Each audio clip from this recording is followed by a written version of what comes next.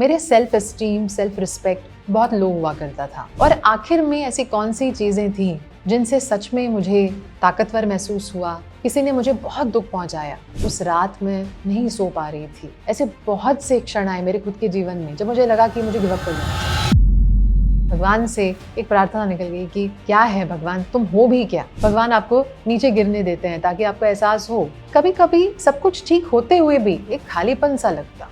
एहसास हुआ कि शायद मैं कुछ मिस कर रही हूँ, शायद और भी गहराई से मुझे अपने मन के बारे में, अपनी आत्मा के बारे में समझना चाहिए। आपको अगर लगता है ना कि ज़िंदगी आपकी ख़त्म हो रही है, कि आपकी लाइफ में कुछ बचा ही नहीं है, तो ये 2-3 चीज़ें करके देखिए। तो अपने माइंड पर विजय पाना बहुत इंपॉर्टेंट है, नहीं तो कितनी भी सफलता क्यों नहीं पा ली।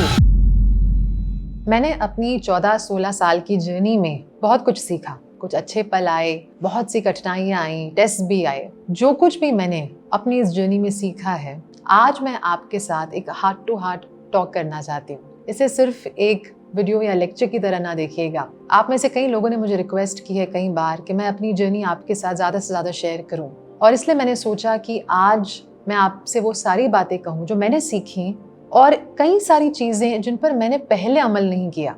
ऐसे कई मिस्टेक्स भी हुए, और आखिर में ऐसी कौन सी चीज़ें थी जिनसे सच में मुझे ताकतवर महसूस हुआ।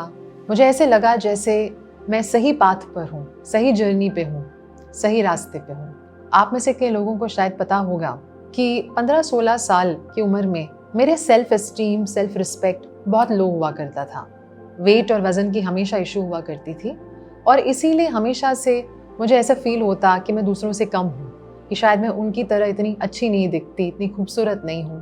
कॉन्फिडेंस नहीं था अपने आप में। क्यों? क्योंकि हमेशा ऐसे लगता कि कोई मुझसे बेटर है, कोई मुझसे बेटर दिखता है, कोई मुझसे बेटर बात करता है। और हमेशा ऐसा फील हुआ कि मैं कोई भी ग्रुप में फिट नहीं कर रही हूँ। कहीं ना कहीं बाद में जाके एहसास हुआ कि आपके अंदर जो फीलिंग्स हैं, ज़्यादातर आप लोगों से वही निकालते हैं। तो हो ये रहा था कि मैं खुद लोगों को पुश करती अपने आप को डिसरेस्पेक्ट करने के लिए। क्यों? कभी कभी मैं कुछ ऐसी चीज़ें करती जिनसे मुझे और लगता कि देखो वो मुझे इग्नोर कर रहे हैं, देखो वो मुझे वैल्यू नहीं करते हैं, या मेरी तो कोई इज्जत ही नहीं। तो वो जो टीनेज ईयर्स हैं वो बहुत अहम है, क्योंकि उसमें हम सच में अपनी राह ढूंढ रहे हैं, अपनी आइडेंटिटी को खोज रहे हैं। तो उस समय कुछ ऐसा हुआ जो मुझे ऐसे लगा कि कोई भी मेरे लिए नहीं है, या मेरे अपने ही मुझे नहीं समझते हैं। क्योंकि उस समय आप ऐसे एज में हैं कि आप अपने फ्रेंड्स को सब कुछ मान लेते हैं। आपको ऐसे लगता है कि वही आपकी दुनिया है, वो असली दुनिया है, कि लोग आपको एक्सेप्ट करें, लोग आपकी प्रशंसा करें और लोग आपको स्वीकारें।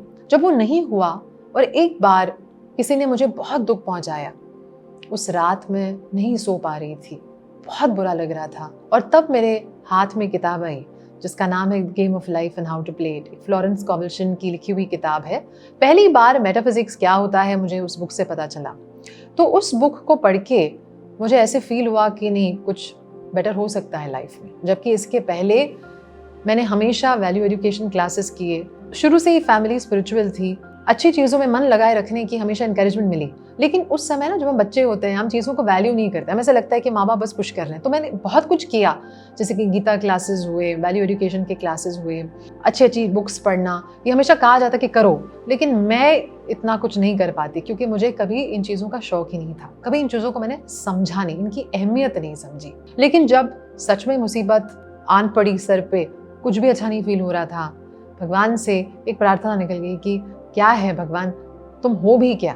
उस समय इस बुक से परिचित हुई, मेरी जर्नी की शुरुआत हुई। क्योंकि उस रात मैंने उस बुक को ख़त्म कर ली ऑलमोस्ट। इतना अच्छा लगा, बुक इतनी अच्छी किताब थी। उस ऑथर ने इतने अच्छे से बताया कि आपको अगर लगता है ना कि ज़िंदगी आपकी ख़त्म हो रही है, कि आपकी लाइफ में कुछ बचा ही नहीं है, तो ये 2-3 चीज़ें करके देखिए। उनमें से एक थी कि आपको जो चाहिए उसका वर्णन आप अपने माइंड में करो। और मैंने वो एक चीज़ उस बुक से उठा ली। मैंने अपने गोल्स को पहचानना शुरू किया। लाइफ में अगर हमें पर्पस नहीं होता ना, लक्ष्य नहीं होता, तो आपका सबकॉन्शियस माइंड आपको कहीं भी लेके जाएगा, क्योंकि उसको दिशा है ही नहीं। सबकॉन्शियस माइंड में बहुत पावर है, बहुत शक्ति है, बट पावर विदाउट डायरेक्शन है। आपको उसको डायरेक्ट करना पड़ता है। आप डायरेक्टर हैं, आप नहीं करते तो वो पुरानी यादों में चिपका रहेगा, और फिर आपको वो सारी चीज़ें कराएगा जो आपको नहीं करनी चाहिए। जैसे कि अपने आप को अस्वीकार करना, अपने आप से नफरत करना, दूसरों से नफरत और घृणा रखना, ये सारी चीज़ें। तो जब मैंने अपने लिए लक्ष्य बनाना शुरू किए 16-17 साल की उम्र में, सीरियसली करना शुरू किए, तब मैंने अपने लाइफ में चेंजेस देखे। मैंने ये देखा कि अगर मैं किसी चीज़ के बारे में सोच रही हूँ और अपने आप को उस चीज़ के बारे में अच्छे विचार दे रही हूँ ना, तो कुछ भी इम्पॉसिबल नहीं है। क्योंकि छोटी छोटी चीज़ों से लेकर बड़ी बड़ी चीज़ें, जैसे कि मेरे वज़न को घटाना, वो मैं अचीव कर पाई। तो जैसे जैसे उम्र बढ़ती गई, बहुत सारी चीज़ें पढ़ने मिलती, लोगों से सुनने मिलता कि तुम्हें ये करना चाहिए, तुम्हें वो करना चाहिए, ऐसा करो वैसा करो, सब कुछ करने का मन करता। तो बहुत एक्सट्रीम में चली जाती, या तो इतना डाइट करती कि 3-4 दिन के बाद मैं इतना ज़्यादा खाती क्योंकि मुझे ऐसा लगता मैंने इतना कुछ मिस किया है, या कभी तो इतना एक्सरसाइज कर लेती कि बाद में कुछ करने का ना एनर्जी रहती ना उत्साह रहता। तो ये मिस्टेक्स मैंने बहुत किए कि आप गोल तो बनाते हैं, लेकिन गोल के पीछे इतना आप जाते हैं, इतनी अटैचमेंट हो जाती है आपको गोल्स के साथ कि आपको उसके अलावा कुछ दिखता ही नहीं है। तो मैंने भी ये करना शुरू कर दिया था, क्योंकि मैंने समझा कि मेरे माइंड में पावर है। तो मैंने सोचा क्यों अपना वक्त बर्बाद करूं, किसी से बात करके, किसी के लिए कुछ करके क्या मिलेगा, इससे अच्छा अपने जीवन पर फोकस करूं। लोग तो वैसे भी अपने में पड़े हुए हैं। तो ये एटीट्यूड से मैंने अपने गोल्स की परस्यू की, ये एटीट्यूड के साथ अपने गोल्स के पीछे जा रही थी। लेकिन इसमें बड़ी मिस्टेक ये कर रही थी कि ये भूल रही थी कि आज मेरे पास जो है उसकी भी अहमियत है, वो भी तो भगवान का प्रसाद है। अगर उसको वैल्यू नहीं करेंगे तो आगे जाके आपके गोल्स अचीव भी हो जाएंगे ना, आपको खुशी नहीं होगी, जो कि मेरे साथ हुआ। बहुत सारी चीज़ें होने लगी, ग्रुप्स में एक्सेप्टेंस मिलने लगी, लोग ज़्यादा फ्रेंड्स होने लगे, मुझे ऐसे लगा जैसे लोग मुझे वैल्यू भी कर रहे हैं, क्योंकि धीरे धीरे सेल्फ रिस्पेक्ट बढ़ रही थी। लेकिन हो ये रहा था कि अंदरूनी खुशी नहीं मिल रही थी। वजन भी जब घटता, कॉन्फिडेंस आता कि देखो अब मैं अच्छे कपड़े पहन सकती हूँ, मैं अच्छी लगती हूँ। लेकिन कभी कभी सब कुछ ठीक होते हुए भी एक खालीपन सा लगता। तब मुझे एहसास हुआ कि शायद मैं कुछ मिस कर रही हूँ, शायद और भी गहराई से मुझे अपने मन के बारे में, अपनी आत्मा के बारे में समझना चाहिए। तब मेरा झुकाव स्पिरिचुअलिटी पे, आध्यात्मिक चीज़ों पर ज़्यादा गया। तब मैंने हमारे ग्रंथ, हमारे शास्त्र पढ़ना शुरू किए, और तब मुझे एहसास हुआ कि हमारे शास्त्रों में वो सारे जवाब हैं जो हम डे टू डे ना सर्च करने की कोशिश कर रहे हैं। तो जितना इंफॉर्मेशन मैं अपने आप को देती इन चीज़ों के बारे में, उतनी मेरी अवेयरनेस बढ़ती। और फिर क्या होने लगा, मैं अपने दिन को एंजॉय करने की कोशिश करती। नहीं तो होता ये है ना कि आपको लगता है ये ज़रूरी है, मुझे इसके पीछे जाना है, मुझे ये 3-4 चीज़ें रोज़ करनी है। सीरियस हो जाते हैं हम लाइफ में बहुत। तो यही हो रहा था मेरे साथ, इसीलिए खुशी नहीं फील हो रही थी। लेकिन जब समझा कि मेरा कर्म तो मुझे करना है, लेकिन किस तरह से मैं कर रही हूँ वो डिसाइड करता है कि मुझे कितनी खुशी होती है अंदर से। तो वो जब मैंने करना शुरू किया ना कि माइंडफुल रहना, आप किससे बात कर रहे हैं तो उसको इम्पोर्टेंस दीजिए। ऐसा नहीं कि उस समय भी आप अपने गोल के बारे में सोच रहे हैं। तो ये जो डिटैचमेंट अपने लक्ष्यों से आपको प्रैक्टिस करनी है, वो जिंदगी में मजा लाती है।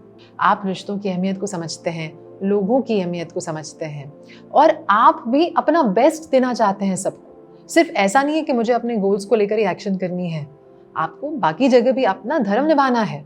स्वधर्म निधनम श्रेय परधर्म भयावह, भगवान श्री कृष्ण कहते हैं कि सबसे पहले तो ये देखो कि क्या तुम अपनी ड्यूटी कर रहे हो। बिकॉज आप अपनी ड्यूटी नहीं करके दूसरों में खामियां ढूंढते हैं, तुम्हें ऐसा करना चाहिए, तुमको वैसा करना चाहिए, तुम ये चीज़ सही नहीं कर रहे हो। इससे हो क्या रहा है, इससे हो ये रहा है कि हमारा फोकस दूसरों पे जा रहा है, वो क्या गलत कर रहे हैं। हम ये नहीं देख रहे हैं कि क्या हम जो कर रहे हैं उसको अच्छे से कर रहे हैं। अब देखिए, जैसे कि घर के लिए कुछ करना हो, अपने माता पिता की मदद करना हो, घर में अगर कोई काम भी करना है, आपको कुछ करना पड़ता है आपको, तो क्या आप प्यार से करते हैं, क्या आप दिल से करते हैं, या आप नाराज होकर, दुखी होकर, गुस्से से करते हैं कि मुझे क्यों करना पड़ रहा है। तो ऐसे में आप अपने मन पर कभी भी नियंत्रण नहीं पा सकेंगे। यही हो रहा था मेरे साथ कि मैं अपने माइंड को नहीं कंट्रोल कर पा रही थी। मैं जी रही थी, कोशिश कर रही थी, लेकिन एक्शन लेने के बावजूद जब रिजल्ट नहीं आती, एकदम निराश हो जाती। जबकि श्री कृष्ण हमें गीता में भी कहते हैं, शीतोष्ण सुख दुखेषु तथा मान अपमानयो, कि माइंड को इतना पावरफुल रखो, इतना स्ट्रांग रखो, स्थिर रखो, संभावना के साथ आप सब चीज़ों का सामना करो। कभी आपके साथ अच्छा होगा, कभी आपके साथ बुरा होगा। तो जब अच्छा होता है इतना उड़ने मत लगो, और जब बुरा होता है तब इतने नीचे मत गिर जाओ कैसे लगे कि ज़िंदगी ख़त्म हो गई। तो ये एक टेंडेंसी थी मुझ में एक्सट्रीम होने की, या तो खुश होती तो बहुत खुश होती, सबको खुश करती, सबके लिए अच्छा करती। लेकिन जब दुखी होती, किसी ने कुछ नाराज कर दिया, किसी ने शायद निराश कर दिया, किसी ने दुख पहुंचाया, तो इतनी दुखी हो जाती, हर रोज वही बात करती, मेरे साथ ऐसा हुआ, उन्होंने ऐसा किया, वो ऐसा सोचते हैं। तो ये एक मिस्टेक थी। मैं ये नहीं समझ पा रही थी कि सिर्फ माइंड में क्लैरिटी जरूरी नहीं होता।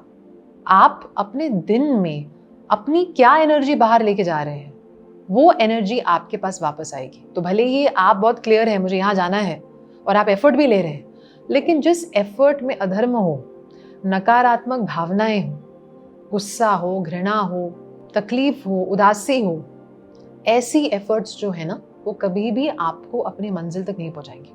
सपोज आप पहुंच भी जाते हैं तो आपको खुशी नहीं होगी। आपके माइंड की स्टेट बहुत इंपॉर्टेंट है।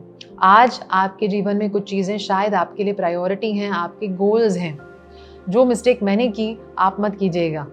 आप गोल्स के पीछे तो जाइए, लेकिन आप आज के समय में आपके साथ जो अच्छा हुआ है, जो लोग आपके साथ खड़े हैं, आपके अपने हैं, उनको इम्पोर्टेंस देना बंद मत कीजिए। और सबसे इम्पॉर्टेंट चीज़, जैसे जैसे मैं अपनी जर्नी में आगे बढ़ती गई, जितना मैं ज़्यादा मेटाफिजिक्स में घुसी, हीलिंग में गई, जितना मैंने समझा ऊर्जा के बारे में, वाइब्रेशंस के बारे में, उतना मुझे एहसास हुआ कि अगर हम कॉन्शियसली क्षमा या फॉरगिवनेस को प्रैक्टिस नहीं करते हैं ना, तो आप कुछ भी कर लो, आपके अंदर हमेशा डाउट्स रहेंगे। हमेशा आप ब्लेम करेंगे दूसरों को कि देखो वो मेरे साथ गलत कर सकते हैं, या मेरे साथ कुछ गलत हो गया तो, या आपके अंदर कहीं ना कहीं ईर्ष्या होगी कि उसको आपसे ज़्यादा है। तो ये जो ईर्ष्या है, जलन है, जो गुस्सा है, वो हमारे मैनिफेस्टेशन जर्नी के बीच भी आता है और हमें अपने उच्च स्व से, हमारे हायर सेल्फ से अलग भी रखता है। तो मैं अपने अंदर से कनेक्शन नहीं फील कर पाती थी, क्योंकि मैं बहुत ग्रजेस रखती।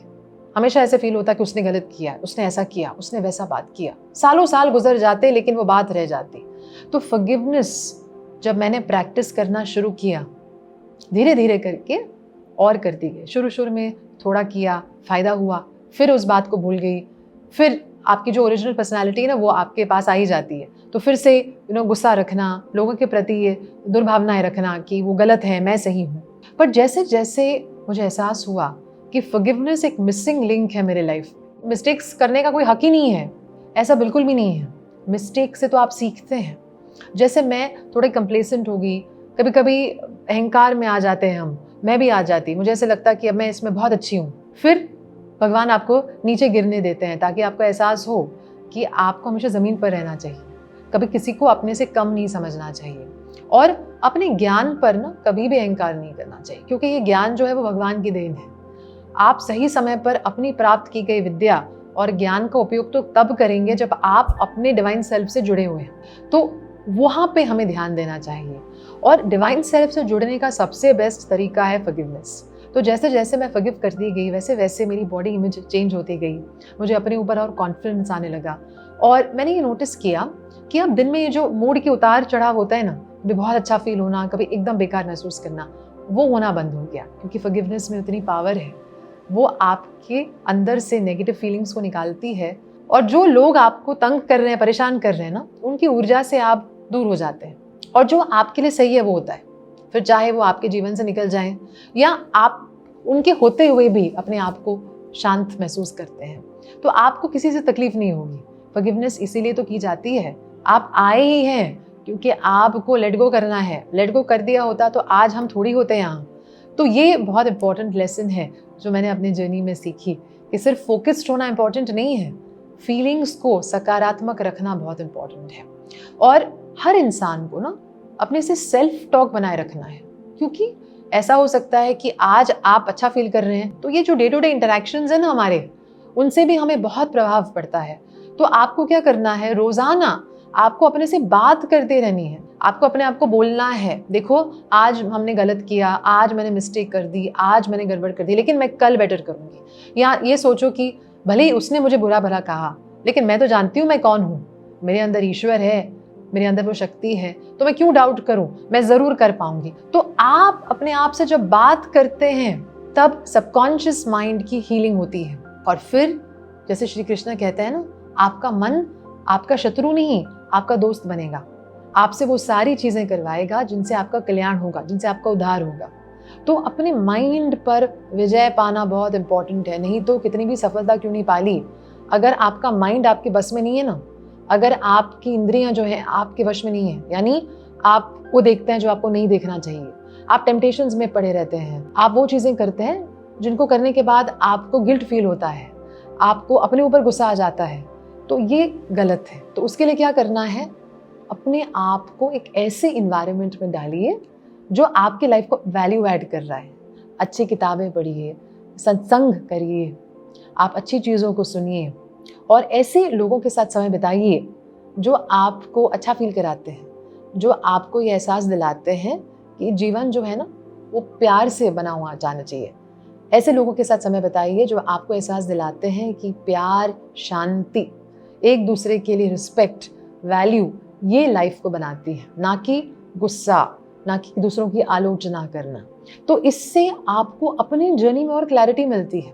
मैंने ये नोटिस किया कि मुझे अपने जीवन में अपना पैशन, अपनी पर्पस तब समझ में आई जब मेरे अंदर से दूसरों के प्रति नकारात्मक भावनाएं निकलती गई। लाइफ तो एक जर्नी है, अभी भी अपने ऊपर बहुत काम करना है, लेकिन ये कुछ इंपॉर्टेंट चीज़ें हैं जो मैंने अपनी जर्नी से सीखी और मुझे उम्मीद है कि आप भी मेरे जर्नी से इंस्पायर्ड होकर अपने ऊपर काम करेंगे और गिव अप नहीं करेंगे।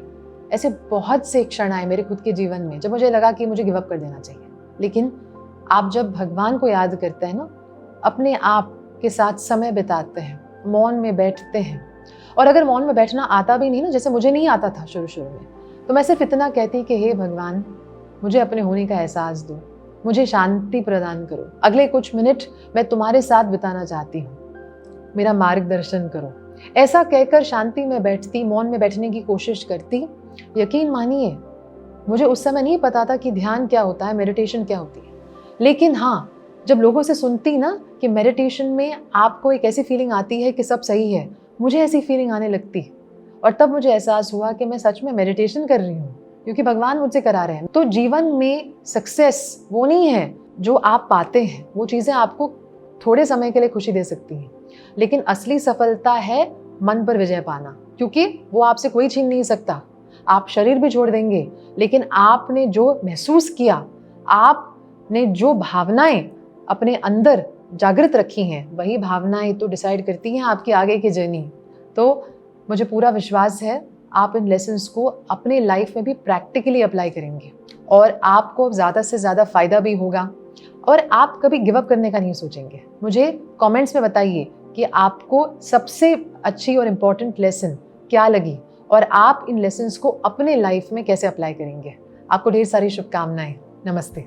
अगर आपको ये वीडियो पसंद आया और इस चैनल से आप ज़्यादा से ज़्यादा टिप्स, टूल्स और टेक्निक्स का फ़ायदा उठाना चाहते हैं तो इस चैनल को सब्सक्राइब ज़रूर कीजिए। सब्सक्राइब करेंगे तो आपको लेटेस्ट नोटिफिकेशंस आ जाएंगे हमारे वीडियोज़ की और फिर हम एक साथ एक दूसरे को इंस्पायर कर पाएंगे।